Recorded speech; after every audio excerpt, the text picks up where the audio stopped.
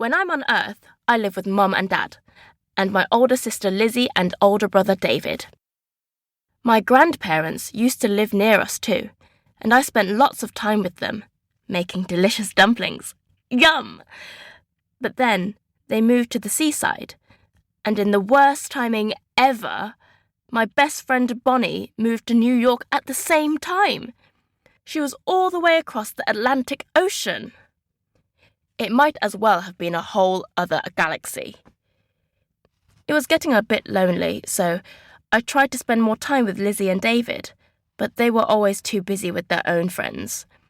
Who could blame me for trying to make Space Blasters a 3D experience? I just wanted to feel a little less lonely. And, well, not only was I suddenly a lot less lonely, I was on an exciting new adventure. Back to the rest of the crew. There's Captain Jane, who makes sure that we stay on course and looks after everyone. She makes everything feel okay. Next is Spaceman Jack. He's always ready for an adventure and thinks he is the one who saves the day.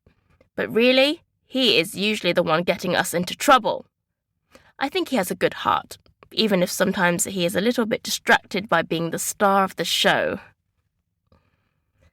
And then there is Five-Eyed Frank. Five-Eyed Frank is an alien, the first one I ever met.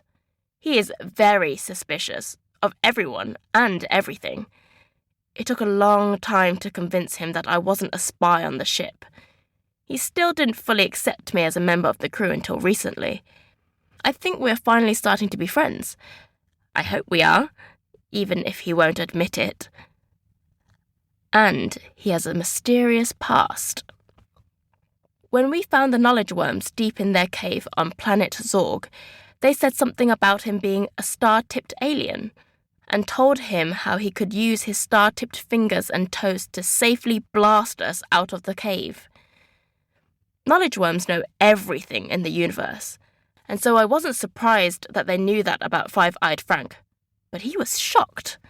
He didn't even know that his fingers could do that, or that he was star-tipped. I could tell he didn't want to talk about it, so even though I really wanted to ask more questions, I didn't. Because sometimes that is what being a good friend means. Respecting when a friend doesn't want to talk about something, even if you are super, super curious. Like, I remember when Bonnie's parents divorced. I had a lot of questions, but I knew she didn't like talking about it, so I didn't ask. I waited until she was ready, and then, one night at a sleepover, at her house, she told me how she felt about it, and what was going to happen next. I hope one day Frank is ready to talk about his mysterious past. I have a sneaking suspicion that is when you have a thought or hunch that kind of sneaks up on you. Like you don't even realize you are having the thought until, bam, it is in your brain. Brains are amazing like that. That he might have even more secret powers, just waiting to reveal themselves. There's also Three-Headed Tommy, a floating three-headed lizard.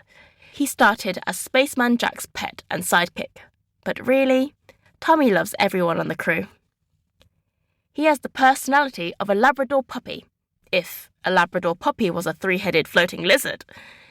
Tommy talks in chirps, and because he has 3 noses, he's extremely good at tracking things. The newest member of the crew is Seven, the moonbug. Moonbugs are space bugs that roam the universe eating space debris. They're the vacuum cleaners of the universe. After we solved the moonbug mystery, Seven decided she wanted to stay with us and join the crew. Seven's yellow with green spots and usually the size of a golf ball. But she can shrink herself super tiny, small enough to fit inside the walls of tubs. This makes her excellent for checking all over the ship to make sure there are no infestations or interior damage that even tubs might not know about.